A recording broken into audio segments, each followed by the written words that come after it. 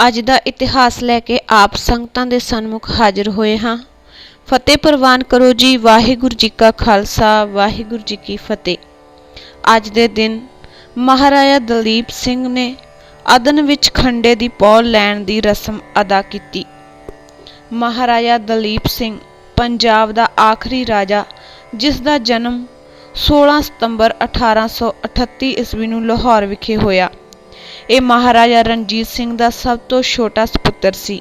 18 ਸਤੰਬਰ 1843 ਨੂੰ 5 ਸਾਲ ਦੀ ਉਮਰ ਵਿੱਚ ਇਸ ਨੂੰ ਮਹਾਰਾਜਾ ਸ਼ੇਰ ਸਿੰਘ ਦੇ ਕਤਲ ਉਪਰੰਤ ਪੰਜਾਬ ਦਾ ਮਹਾਰਾਜਾ ਐਲਾਨਿਆ ਗਿਆ ਅਤੇ ਇਸ ਦੀ ਮਾਤਾ ਮਹਾਰਾਣੀ ਜਿੰਦ ਕੌਰ ਨੂੰ ਇਸ ਦੀ ਰੀਜੈਂਟ ਬਣਾਇਆ ਗਿਆ। ਇਸ ਸਮੇਂ ਰਾਜ ਵਿੱਚ ਗੜਬੜੀ ਫੈਲੀ ਹੋਈ ਸੀ ਅਤੇ ਫੌਜ ਪੂਰੀ ਤਰ੍ਹਾਂ ਕਾਬਜ਼ ਸੀ। ਭਾਵੇਂ ਕਿ ਇਹ ਛੋਟਾ ਦਲੀਪ ਸਿੰਘ ਗੱਦੀ ਤੇ ਬੈਠ ਕੇ ਸਾਰਿਆਂ ਕੌਂਸਲਿੰਗ ਮੀਟਿੰਗਾਂ ਵਿੱਚ ਸ਼ਾਮਲ ਹੁੰਦਾ ਸੀ, ਪਰੰਤੂ ਫਿਰ ਵੀ ਅਸਲ ਸ਼ਕਤੀ ਛਾਉਣੀ ਅਤੇ ਫੌਜੀ ਪੰਚਾਇਤਾਂ ਕੋਲ ਚਲੀ ਗਈ ਸੀ।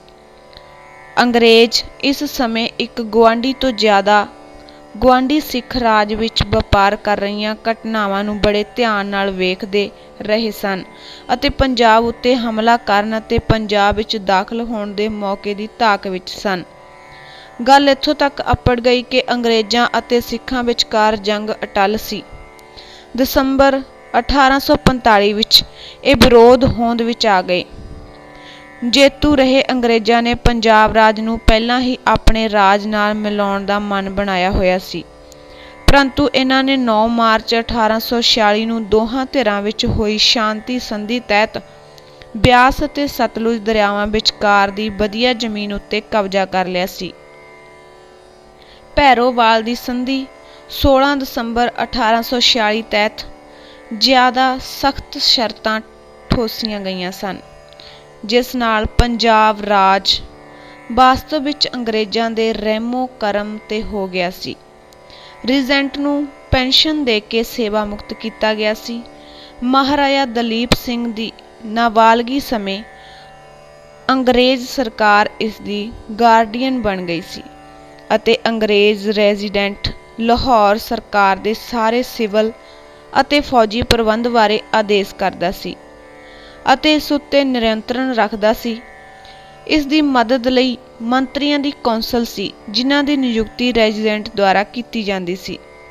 ਦੂਜੀ ਐਂਗਲੋ ਸਿੱਖ ਜੰਗ ਪਿੱਛੋਂ 10 ਸਾਲਾਂ ਦੀ ਉਮਰ ਦਾ ਮਹਾਰਾਜਾ, ਜਿਸ ਦੀ ਭੈਰੋਵਾਲ ਸੰਧੀ ਅਨੁਸਾਰ ਸਰਕਾਰ ਦੁਆਰਾ ਰੱਖਿਆ ਕਰਨ ਦੀ ਜ਼ਿੰਮੇਵਾਰੀ ਸੀ ਅਤੇ ਉਸ ਦੀ ਨਾਬਾਲਗੀ ਤੱਕ ਉਸ ਦੀ ਸੰਭਾਲ ਦੀ ਜ਼ਿੰਮੇਵਾਰ ਸੀ, ਪਰ ਇਸ ਦਾ ਤਾਜ ਅਤੇ ਗੱਦੀ ਖੋਹ ਲਈ ਗਈ ਅਤੇ ਪੰਜਾਬ ਨੂੰ ਅੰਗਰੇਜ਼ ਸਲਤਨਤ ਨਾਲ ਜੋੜ ਦਿੱਤਾ ਗਿਆ ਸੀ।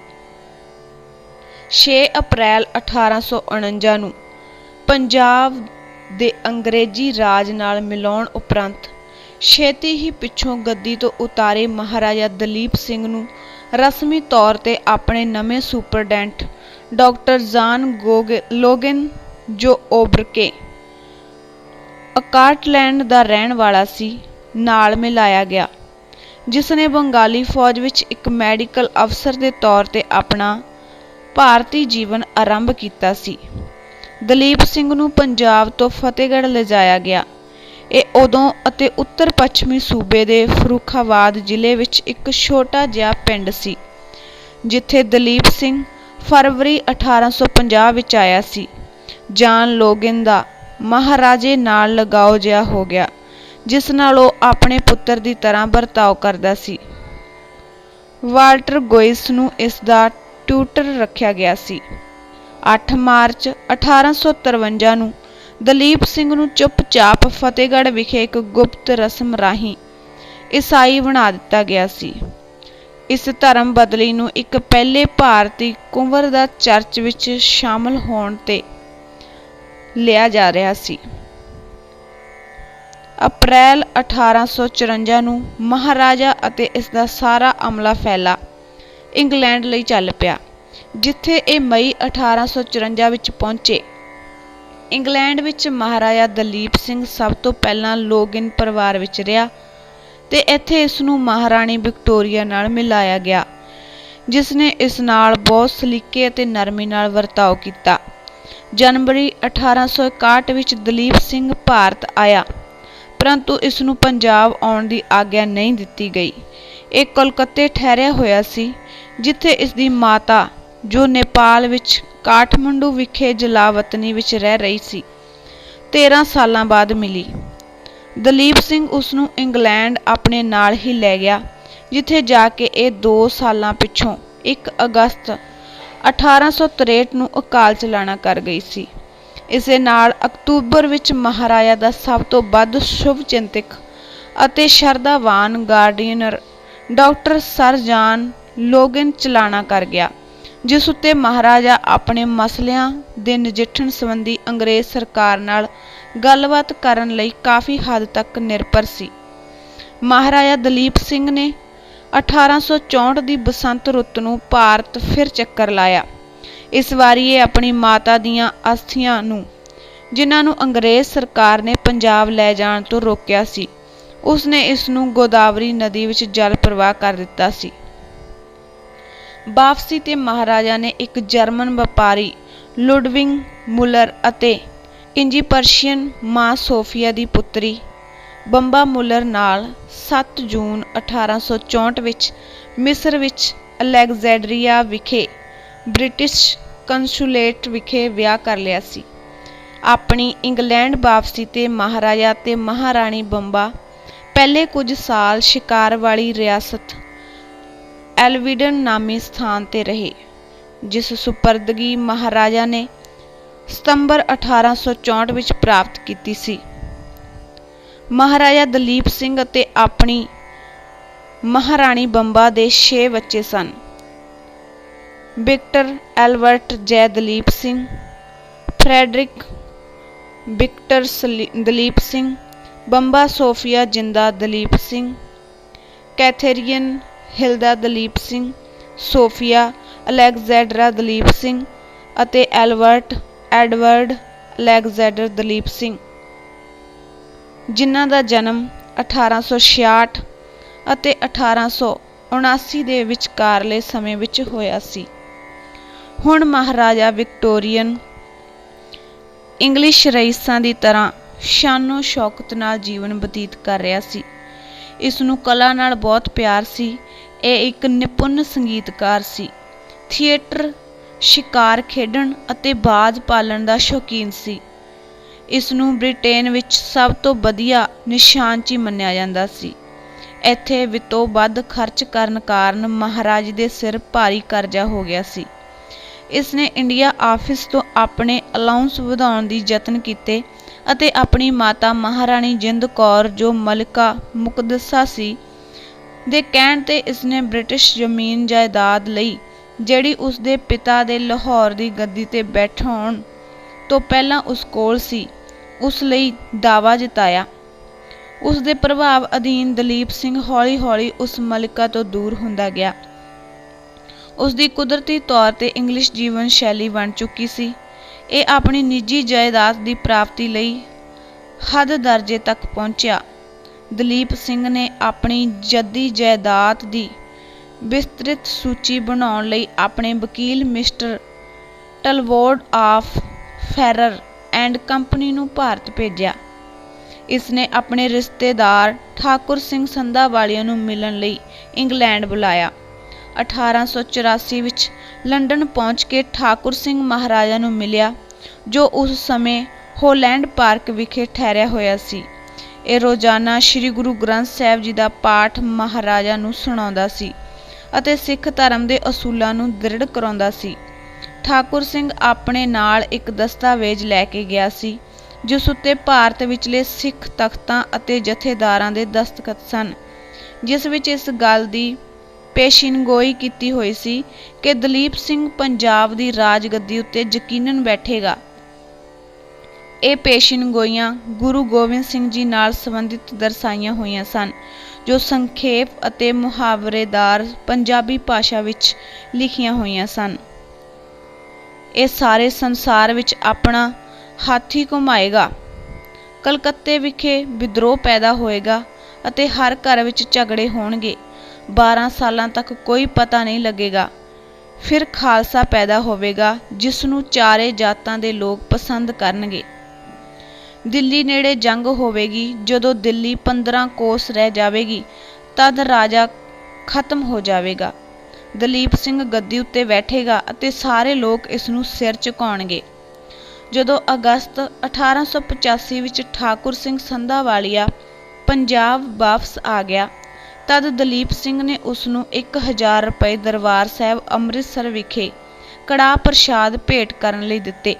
ਮਹਾਰਾਜੇ ਨੇ ਆਪ ਆਪਣੀ ਮਾਤਰ ਭੂਮੀ ਦੇ ਵਾਪਸ ਪਰਤਣ ਦਾ ਫੈਸਲਾ ਕਰ ਲਿਆ ਅਤੇ 31 ਮਾਰਚ 1886 ਨੂੰ ਸ਼ਾਂਤੀਪੂਰਵਕ ਦਿੱਲੀ ਜਾ ਕੇ ਰਹਿਣ ਲਈ ਇੰਗਲੈਂਡ ਤੋਂ ਰਵਾਨਾ ਹੋ ਗਿਆ।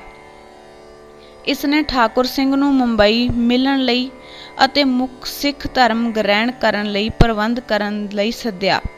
ਕਿਉਂਕਿ ਸਰਦਾਰ ਮਹਾਰਾਜਾ ਨੂੰ ਮਿਲਣ ਲਈ ਠਾਕੁਰ ਸਿੰਘ ਨੂੰ ਪ੍ਰਵਾਨਗੀ ਦੇਣ ਲਈ ਦੁਵਿਧਾ ਵਿੱਚ ਸੀ ਤਾਂ ਦਲੀਪ ਸਿੰਘ ਨੇ ਸੈਕਟਰੀ ਆਫ ਸਟੇਟ ਨੂੰ ਇਸ ਸੰਬੰਧੀ ਪੱਤਰ ਲਿਖਿਆ ਕਿ ਜਿਵੇਂ ਮੇਰੇ ਚਚੇਰੇ ਭਾਈ ਠਾਕੁਰ ਸਿੰਘ ਸੰਧਾਵਾਲੀਆ ਨੇ ਮੈਨੂੰ ਦੱਸਿਆ ਹੈ ਕਿ ਉਸ ਨੂੰ ਡਰ ਹੈ ਕਿ ਪੰਜਾਬ ਦਾ ਲੈਫਟੀਨੈਂਟ ਗਵਰਨਰ ਉਸ ਨੂੰ ਮੁੰਬਈ ਜਾਣ ਦੀ ਆਗਿਆ ਨਹੀਂ ਦੇਵੇਗਾ ਅਤੇ ਕਿਉਂਕਿ ਮੈਂ ਖੁਦ ਚਾਹੁੰਦਾ ਹਾਂ ਕਿ ਮੇਰੇ ਬਜ਼ੁਰਗਾਂ ਵੱਲੋਂ ਕੋਈ ਵੀ ਮੈਨੂੰ ਮੁੜ ਅੰਮ੍ਰਿਤ ਛਕਾ ਕੇ ਸਿੱਖ ਧਰਮ ਵਿੱਚ ਪ੍ਰਵੇਸ਼ ਕਰਾਵੇ, ਇਸ ਲਈ ਮੈਂ ਤੁਹਾਨੂੰ ਇਹ ਬੇਨਤੀ ਕਰਦਾ ਹਾਂ ਕਿ ਮੇਰੇ ਵੱਲੋਂ ਹਿਜ ਐਕਸੀਲੈਂਸੀ ਨੂੰ ਟੈਲੀਫਰਾਰ ਰਾਹੀਂ ਬੇਨਤੀ ਕੀਤੀ ਜਾਵੇ ਕਿ ਮੈਨੂੰ ਅਜਿਹਾ ਕਰਨ ਦੀ ਆਗਿਆ ਦਿੱਤੀ ਜਾਵੇ ਤਾਂ ਕਿ ਮੇਰੇ ਭਾਰਤ ਪਹੁੰਚਣ ਤੇ ਸਰਕਾਰ ਨੂੰ ਮੈਨੂੰ ਮਿਲਣ ਦੀ ਆਗਿਆ ਹੋਵੇ।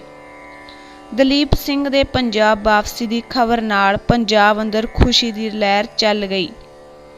ਸਰਕਾਰ ਨੇ ਡਰ ਕੇ ਇਸ ਨੂੰ ਅਦਨ ਵਿਖੇ ਹੀ ਰੋਕ ਲਿਆ।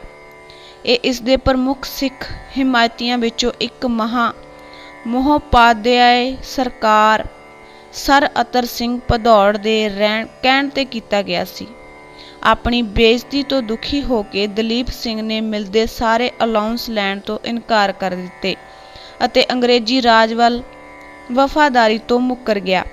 ਇਸ ਨੇ ਇੱਕ ਹੀ ਰਿਆਇਤ ਮੰਗੀ, ਉਹ ਇਹ ਸੀ ਕਿ ਸਰਕਾਰ ਉਸ ਦੇ ਸੁਪਰਡੈਂਟ ਲੋਗਿਨ ਅਤੇ ਕੰਪਟਰੋਲ ਓਲੀਫੈਂਟ ਦੀਆਂ ਵਿਧਵਾਵਾਂ ਨੂੰ 500 ਪੌਂਡ ਸਾਲਾਨਾ ਦਿੰਦੀ ਰਹੇ। 3 ਜੂਨ 1886 ਨੂੰ ਇਹ ਪੈਰਿਸ ਦੀ ਰਵਾਨਾ ਹੋ ਗਿਆ, ਪਰ ਵਤਨ ਤੋਂ ਰਵਾਨਗੀ ਤੋਂ ਪਹਿਲਾਂ ਇਸ ਨੇ 25 ਮਈ 1886 ਨੂੰ 5 ਪਿਆਰਿਆਂ ਤੋਂ ਸਿੱਖ ਧਰਮ ਵਿੱਚ ਪ੍ਰਵੇਸ਼ ਕਰਨ ਲਈ ਅੰਮ੍ਰਿਤ ਛਕਿਆ, ਜਿਨ੍ਹਾਂ ਵਿੱਚ ਠਾਕੁਰ ਸਿੰਘ ਬਾਗਾ ਜੋ ਇਸ ਦਾ ਇੱਕ ਹੋਰ ਪਲੇਠਾ ਭਾਈ ਸੀ।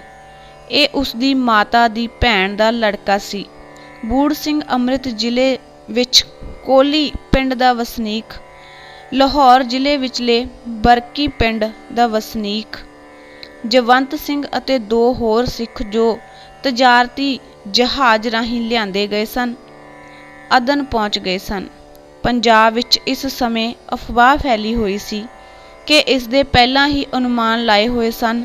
ਰਿਪੋਰਟਾਂ ਜਾਣ-ਬੁੱਝ ਕੇ ਭੇਜੀਆਂ ਜਾ ਰਹੀਆਂ ਸਨ ਕਿ ਮਹਾਰਾਜਾ ਦਲੀਪ ਸਿੰਘ ਰੂਸ ਨਾਲ ਮਿਲ ਕੇ ਭਾਰਤ ਉੱਤੇ ਹਮਲਾ ਕਰੇਗਾ ਅਤੇ ਬ੍ਰਿਟਿਸ਼ ਸਰਕਾਰ ਨੂੰ ਪਲਟਾ ਦੇਵੇਗਾ। ਗੁਪਤ ਸੰਚਾਰ ਦਾ ਤਾਣਾ-ਬਾਣਾ ਸਥਾਪਿਤ ਕੀਤਾ ਗਿਆ ਸੀ ਅਤੇ ਸਰਕਾਰ ਦੀ ਚੌਕਸੀ ਦੇ ਬਾਵਜੂਦ ਦਲੀਪ ਸਿੰਘ ਦੇ ਦੂਤ ਭਾਰਤ ਵਿੱਚ ਦਾਖਲ ਹੋ ਰਹੇ ਸਨ।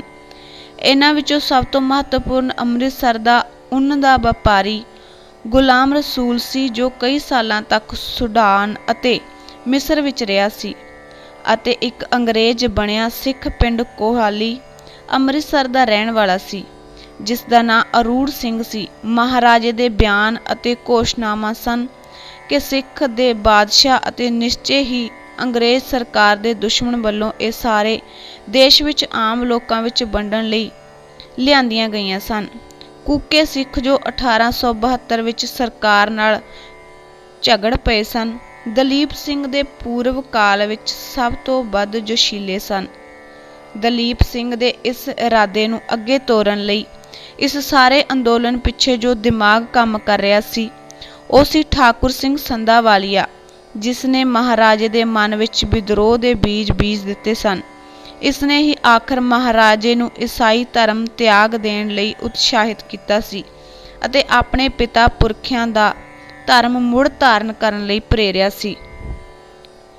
ਪੰਡਚੂਰੀ ਤੋਂ ਜਿੱਥੋਂ ਇਸਨੇ ਬ੍ਰਿਟਿਸ਼ ਸਰਕਾਰ ਤੋਂ ਬਚਣ ਲਈ ਸ਼ਰਨ ਲਈ ਹੋਈ ਸੀ, ਇਸਨੇ ਦਲੀਪ ਸਿੰਘ ਵੱਲੋਂ ਸਾਰੀ ਕਾਰਵਾਈ ਦਾ ਸੰਚਾਲਨ ਕੀਤਾ ਸੀ।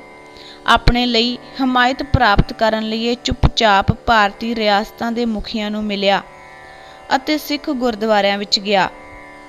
ਇਸ ਨੂੰ ਦੂਰ ਦੁਰਾਡੇ ਲੋਕਾਂ ਨਾਲ, ਆਪਣੇ ਨੌਕਰਾਂ ਅਤੇ ਰਿਸ਼ਤੇਦਾਰਾਂ ਰਾਹੀਂ ਭਰੋਸੇਯੋਗ ਲੋਕਾਂ ਨਾਲ ਸੰਬੰਧ ਕਾਇਮ ਕੀਤੇ। ਮੇਜਰ ਏਵਨਸ ਬੈਲ ਦੀ ਪੁਸਤਕ ਦ ਇਨਕੈਸ਼ੇਸ਼ਨ ਆਫ ਪੰਜਾਬ ਆੜ ਦਾ ਮਹਾਰਾਜਾ ਰਣਜੀਤ ਸਿੰਘ ਅੰਗਰੇਜ਼ਾਂ ਦੇ ਪੰਜਾਬ ਦੇ ਕਬਜ਼ੇ ਨੂੰ ਗੈਰ ਕਾਨੂੰਨੀ ਅਤੇ ਗੈਰ ਇਖਲਾਕੀ ਲਿਖਿਆ ਹੈ। ਇਸ ਨੂੰ ਕਾਫੀ ਗਿਣਤੀ ਵਿੱਚ ਲੋਕਾਂ ਵਿੱਚ ਪਹੁੰਚਾਇਆ ਗਿਆ ਸੀ। ਪੰਡੂਚਰੀ ਦਲੀਪ ਸਿੰਘ ਦੀ ਚਲਦੀ ਫਿਰਦੀ ਸਰਕਾਰ ਦਾ ਮੁੱਖ ਕੇਂਦਰ ਬਣ ਗਿਆ ਸੀ, ਜਿਸ ਦਾ ਪ੍ਰਧਾਨ ਮੰਤਰੀ ਠਾਕੁਰ ਸਿੰਘ ਸੀ। ਠਾਕੁਰ ਸਿੰਘ ਨੂੰ ਇਹ ਯਕੀਨ ਸੀ ਕਿ ਉਸ ਦੀ ਸਰਕਾਰ ਮਹਾਰਾਜਾ ਇੱਕ ਦਿਨ ਜ਼ਰੂਰ ਪੰਡੂਚਰੀ ਆਏਗਾ। ਇਸਨੇ ਦਰਅਸਲ 3 ਜੁਲਾਈ 1886 ਨੂੰ ਦ ਟ੍ਰਿਬਿਊਨ ਨੂੰ ਨਿਮਨਲਿਖਿਤ ਪੱਤਰ ਲਿਖਿਆ ਸੀ।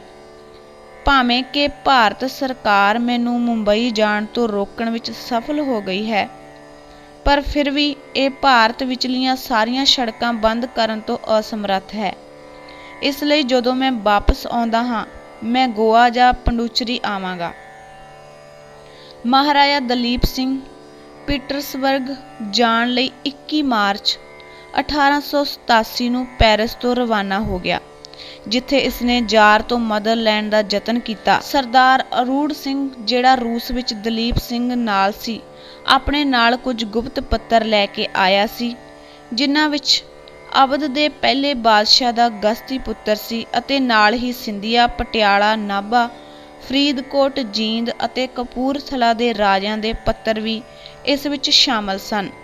ਦਲੀਪ ਸਿੰਘ ਦੇ ਕੇਸ ਵਿੱਚ ਉਲਝਾਏ ਰਾਜਿਆਂ ਵਿੱਚ ਆਮ ਤੌਰ ਤੇ ਰਾਜਾ ਬਿਕਰਮ ਸਿੰਘ ਫਰੀਦਕੋਟ, ਰਾਜਾ ਹੀਰਾ ਸਿੰਘ ਨਾਭਾ, ਕਸ਼ਮੀਰ ਦਾ ਮਹਾਰਾਜਾ ਅਤੇ ਪੁੰਛ ਦੇ ਰਾਜਾ ਮੋਤੀ ਸਿੰਘ ਸਨ। ਦਲੀਪ ਸਿੰਘ ਨੇ ਠਾਕੁਰ ਸਿੰਘ ਨੂੰ ਪ੍ਰਧਾਨ ਮੰਤਰੀ ਦੇ ਅਹੁਦੇ ਤੇ ਨਿਯੁਕਤੀ ਦਰਸਾਉਣ ਲਈ ਰੂਸ ਤੋਂ ਨਿਸ਼ਾਨੀ ਵਜੋਂ ਇੱਕ ਸੀਲ ਦੇ ਪੱਤਰ ਭੇਜਿਆ, ਜਿਸ ਦੇ ਨਿਮਨਲਿਖਤ ਸ਼ਬਦ ਸਨ: ਮੈਂ ਤੁਹਾਨੂੰ ਆਪਣਾ ਪ੍ਰਧਾਨ ਮੰਤਰੀ ਨਿਯੁਕਤ ਕਰਦਾ ਹਾਂ। ਪਰਮਾਤਮਾ ਮੇਰੇ ਤੇ ਕਿਰਪਾ ਕਰੇ ਕਿ ਮੈਂ ਇੱਕ ਦਿਨ ਪੰਜਾਬ ਦੀ ਰਾਜਗੱਦੀ ਤੇ ਬੈਠਾਂ। 18 ਅਗਸਤ 1887 ਨੂੰ ਠਾਕੁਰ ਸਿੰਘ ਦੇ ਅਚਾਨਕ ਅਕਾਲ ਚਲਾਣੇ ਉਪਰੰਤ ਦਲੀਪ ਸਿੰਘ ਨੇ ਉਸ ਦੇ ਪੁੱਤਰ ਗੁਰਬਚਨ ਸਿੰਘ ਨੂੰ ਪ੍ਰਧਾਨ ਮੰਤਰੀ ਦਾ ਅਹੁਦਾ ਦਿੱਤਾ। ਰੂਸ ਤੋਂ ਪੈਰਿਸ ਵਾਪਸ ਪਰਤ ਕੇ ਦਲੀਪ ਸਿੰਘ ਨੂੰ ਦੌਰਾ ਪੈ ਗਿਆ ਅਤੇ ਉਹ 3 ਸਾਲਾਂ ਤੱਕ ਮੰਜੇ ਤੇ ਪਿਆ। ਪਰੰਤੂ ਇਸ ਦੇ ਅੰਦਰ ਇੱਛਾ ਅਤੇ ਪਹਿਲੇ ਦਿਨਾਂ ਦੇ ਵੱਡੇ ਮਨਸੂਬੇ ਬੜੀ ਉਦਾਸੀ ਨਾਲ ਉਸ ਦੇ ਮਨ ਅੰਦਰ ਦੱਬੇ ਰਹਿ ਗਏ। ਆਰਥਿਕ ਤੌਰ ਤੇ ਕਮਜ਼ੋਰ ਅਤੇ ਮਿੱਤਰਾਂ ਵਿਹੂਣਾ ਦਲੀਪ ਸਿੰਘ 22 ਅਕਤੂਬਰ 1893 ਨੂੰ ਪੈਰਿਸ ਵਿਖੇ ਆਪਣੇ ਇੱਕ ਛੋਟੇ ਜਿਹੇ ਹੋਟਲ ਦੇ ਕਮਰੇ ਵਿੱਚ ਅਕਾਲ ਚਲਾਣਾ ਕਰ ਗਿਆ। ਇਸ ਦੇ ਮ੍ਰਿਤਕ ਸਰੀਰ ਨੂੰ ਇੰਗਲੈਂਡ ਵਿਖੇ ਐਲਵਿਡਨ ਵਿੱਚ ਇਸ ਦੇ ਪੁੱਤਰ ਸ਼ਹਿਜ਼ਾਦੇ ਵਿਕਟਰ ਦੁਆਰਾ ਲੈ ਜਾਇਆ ਗਿਆ, ਜਿੱਥੇ ਇਸ ਨੂੰ ਸ਼ਹਿਜ਼ਾਦੇ ਫਰੈਡਰਿਕ ਅਤੇ ਸ਼ਹਿਜ਼ਾਦੇ ਐਡਵਰਡ ਦੀਆਂ ਕਬਰਾਂ ਦੇ ਨਾਲ ਹੀ ਰੱਖਿਆ ਗਿਆ। ਇਸ ਤਰ੍ਹਾਂ ਇਸ ਦਾ ਜੀਵਨ ਚੱਕਰ ਖਤਮ ਹੋ ਗਿਆ, ਜਿਵੇਂ ਕਿਸੇ ਦੁਖਤਵਾਦੀ ਕਵੀ ਜਾਂ ਫਿਲਾਸਫਰ ਦਾ ਅੰਤ ਹੁੰਦਾ ਹੈ। ਵਾਹਿਗੁਰੂ ਜੀ ਕਾ ਖਾਲਸਾ, ਵਾਹਿਗੁਰੂ ਜੀ ਕੀ ਫਤਿਹ।